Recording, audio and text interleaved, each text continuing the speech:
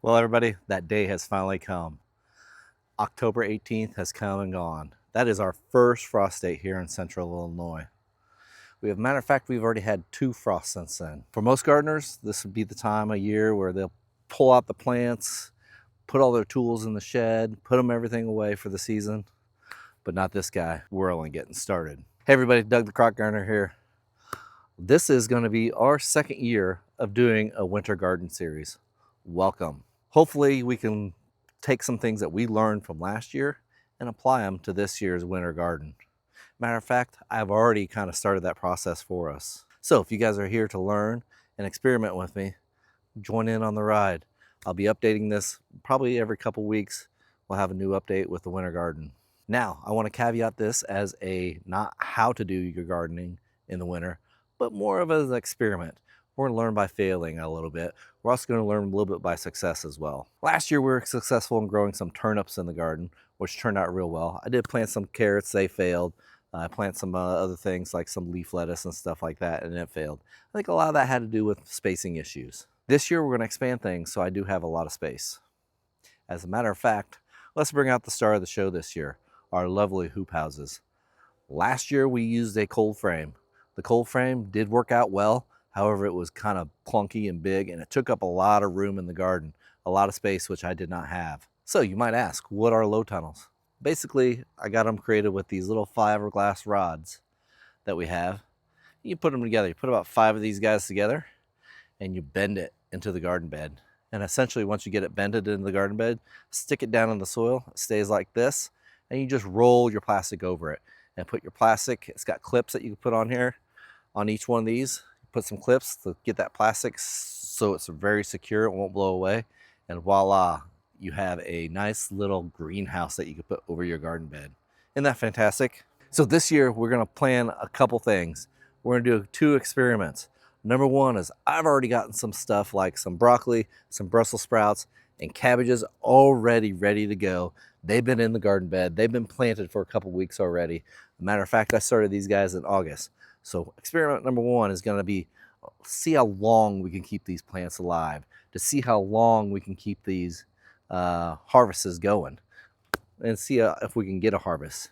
Now these are all cool weather crops, so they can withstand a little bit of frost. Matter of fact, the first 2 frosts that we had, I didn't even cover them up.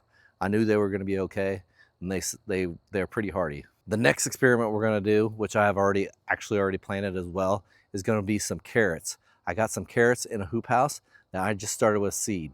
Now I did this about a week ago, so those carrots will be sprouting and they should be ready to go here in about another week. The maturity date for those is going to be, ironically, on Christmas. So we'll see if we can get some carrots by Christmas or after Christmas. We'll see. Another thing I'm still on the fence about doing yet is I may take some extra plants I have and put them down in my grow room, just to see how well things grow indoors. The broccoli, the Brussels sprouts, and the cabbage, they really don't need to have specific lights that you need. You just need to have some lights. So I think they will sprout and produce some things. But we'll see how well that does. I'm still on the fence on doing that yet. If you guys think I should be doing that, leave me a comment down below and I'll definitely get that done. So like I said, folks, this is just an honest experiment of seeing how things grow. We're gonna see how things do in these environments. The weather is going to play a little bit of a role. Last year we kind of had an early winter with a lot of snow. Weather is definitely going to play a part in this. So we'll have to see how the weather goes. We'll have to see how long we can keep things without putting a cover over it. But once we do, we'll have to hopefully we won't get too cold of temps and we can keep things fairly warm. So if you guys want to learn with me and stretch out your garden harvest, see how long you can keep things going, hit that subscribe button, hit that bell. You'll get updates as I post these updates. I plan on doing the updates months, maybe every 2 weeks or so. And if you guys like gardening in the winter, definitely give me a thumbs up. Leave me a comment down below. Do you think this year is going to be a success, or do you think it's going to be a failure? Cheers, everybody, and God bless.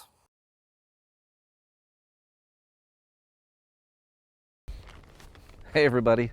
Our weather went from this to this.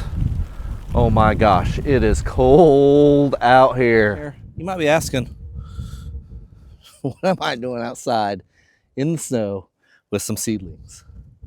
Well, today we're gonna move some stuff from the basement into the hoop house, into the cold frame, as a test. Don't worry, I still got plenty left. These are just the few sacrificial ones.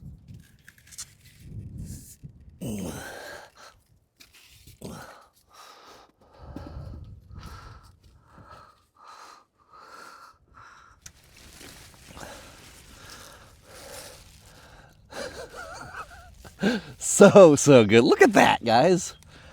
I grew that in December, January, February in freezing temperatures. Oh my gosh. Oh man, Kid Croc's gonna love these. There's another one. Yeah, thin some of these out. There's another one. Got a little snow on the hoop house. And a little snow on the cold frame. 25 degrees today. Had to scrape off the snow off the cold frame. We're gonna have to see how things are doing in here. But just want to give you an update as things are in the frozen tundra of Illinois right now. All right, everybody, what a difference a day makes. Let's look into there. It looks like we still have plants alive after our little bit of cold temperatures we had down there. The snow is all gone. Got a little bit of dust on there, but that's okay. That'll wash off. So cold frame's looking good. Now, this guy hit really hard. We got potatoes in here. Let's see how they did. All right, guys. If you're looking in here, the potatoes took a beating. That right there is a potato. However, all the turnips are coming up nicely. I believe there's still some spinach in here, but yeah, just kind of give you a peek. So those subpar temperatures down to 17 degrees, the potatoes weren't going to survive. But we'll see. We'll see what happens. Maybe I'll have volunteer potatoes in here in the spring.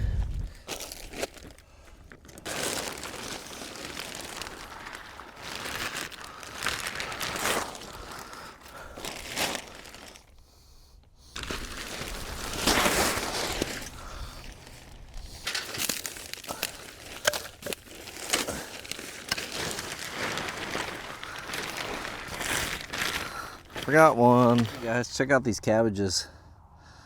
They're doing okay. Behind it back there is broccoli. I have one of them that may come out of it. I doubt it, but we'll see. I did have a couple cabbages perish.